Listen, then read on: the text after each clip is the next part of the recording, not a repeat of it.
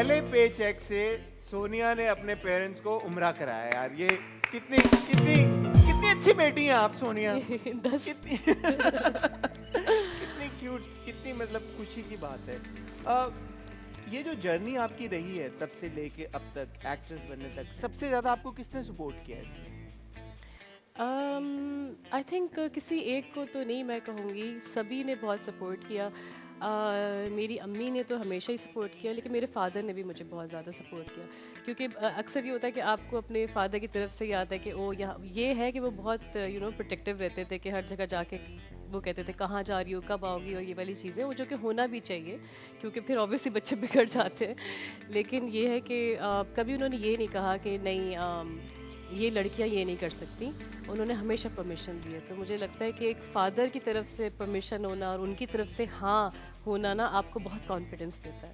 और माशाल्लाह जो अब जितने प्रोजेक्ट्स आप कर रही हैं, जो वो डिसीजन लेनी होती है कि ये करूं या ये नहीं करूं, उसमें कोई आपको हेल्प करता है या वो आपकी अपनी इनसाइट है खाली या नहीं फोरसाइट नहीं है? नहीं नहीं बिल्कुल हेल्प करता है। मेरे जितने भी फ्रेंड्स होते हैं, जो मेरे बहुत क्लोज फ्रेंड्स हैं, मैं उनको भी सारी स्टोरीज बताती हूँ, सारा स्क्रिप्ट बताती हूँ, क्योंकि वो एज अ व्यूअर देख रहे होते हैं, तो वो बताते हैं अच्छा उसके बाद क्या हुआ। जब वो ये कहने लगता है ना, तो मुझे लगता है oh this is an interesting story.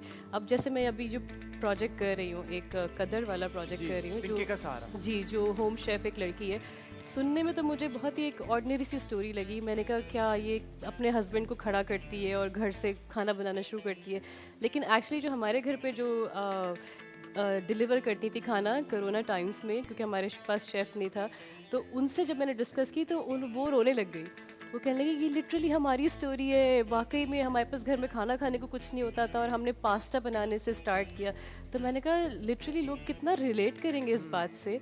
तो उसके बाद मैंने सोचा, तो मैं हर किसी से डिस्कस करती हूँ, मतलब जब साइन कर रही होती हूँ प्रोजेक्ट, और स्पेशली वो लोग जो उस फील्ड में हैं। तो अब जैसे आपने तिनके का सहारा की बात की, मैं तो हर बार हैरान रह जाता हूँ कि पता नहीं जो भी आप स्क्रीन पे किरदार बन के आती हैं आप वही लगती हैं, आप वही नजर आती हैं। ये कैसे, क्या क्या जादू है आपके पास?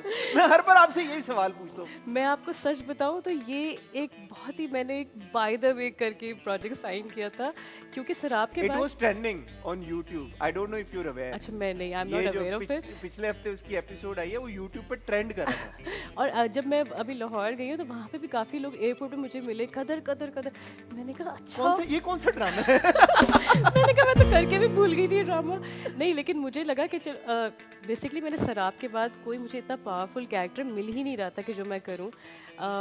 तो अब the credit goes to Momal भाभी के, उन्होंने इतना पुश किया कि सोनिया कर लो। फिर मैंने कहा अच्छा चलो हाँ पैसे भी ख़त्म हो रहे हैं कर लेती हूँ।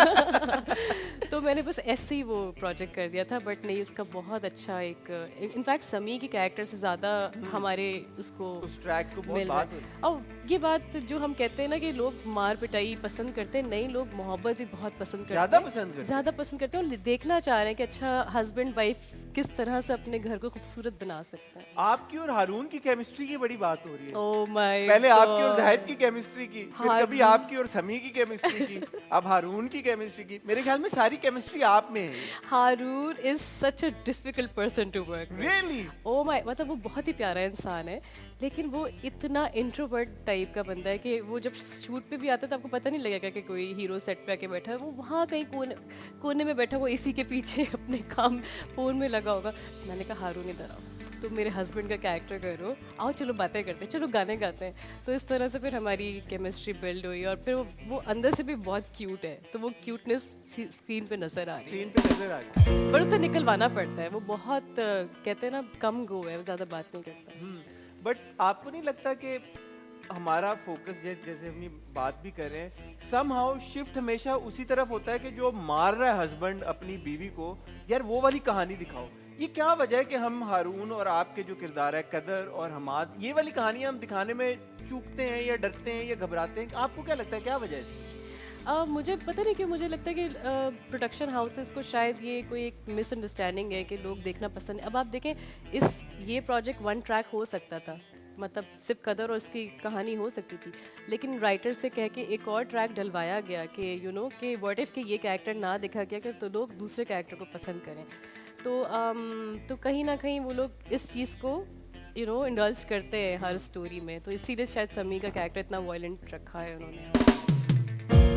मैं हर बार एक बात करता हूँ कि आप हमारी इंडस्ट्री की सबसे अंडररेटेड एक्टर ये बात आप मानती हैं या नहीं?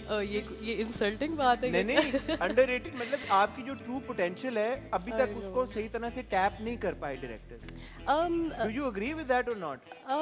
Basically no, I don't agree with this because वैसे थैंक यू कि अगर आप ये बात कह रहे हैं। और मैं एक बात ऐड करना चाहूँगा, आपको नहीं लगता कि आप as a performer do you feel underutilized कि आपके अंदर इतना टैलेंट है, स्किल है जो कि सही तरह से यूटिलाइज नहीं हो पा रहा इस कॉन्टेक्स्ट में मैं पूछ रहा हूँ। मैं समझ सकती हूँ आप क्या कह रहे हैं, बट मुझे ये लगता है हसन के जितने भी जो डिफ़िकल्ट स्क्रिप्ट्स हैं ना, वो सारे स्क्रिप्ट सबसे पहले मेरे पास आता है। तो कहीं ना कहीं लोगों के दिमाग में तो है ना कि सोनिया इसको परफॉर्म कर सकती है।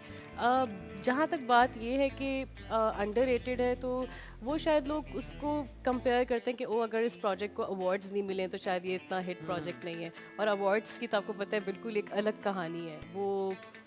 अब let's not go there. But ये है कि हाँ नहीं, लेकिन मुझे लगता है कि नहीं, बहुत मैंने जितने भी प्रोजेक्ट्स किए ना सब एक दूसरे से बहुत डिफरेंट हैं।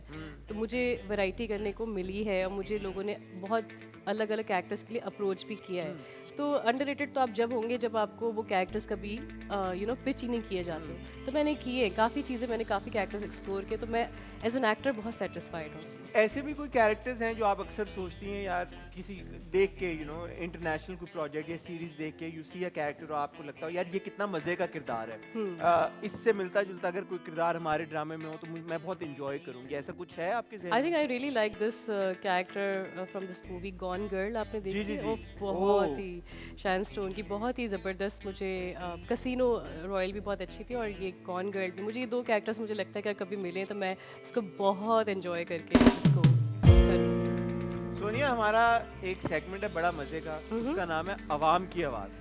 तो उसके लिए हम क्या करते हैं कि वो जैसे दो हाथ है ना, ये अवाम के हाथ है, वो देखें आप, वो जो है सीट्स, ये अवाम के हाथ हैं।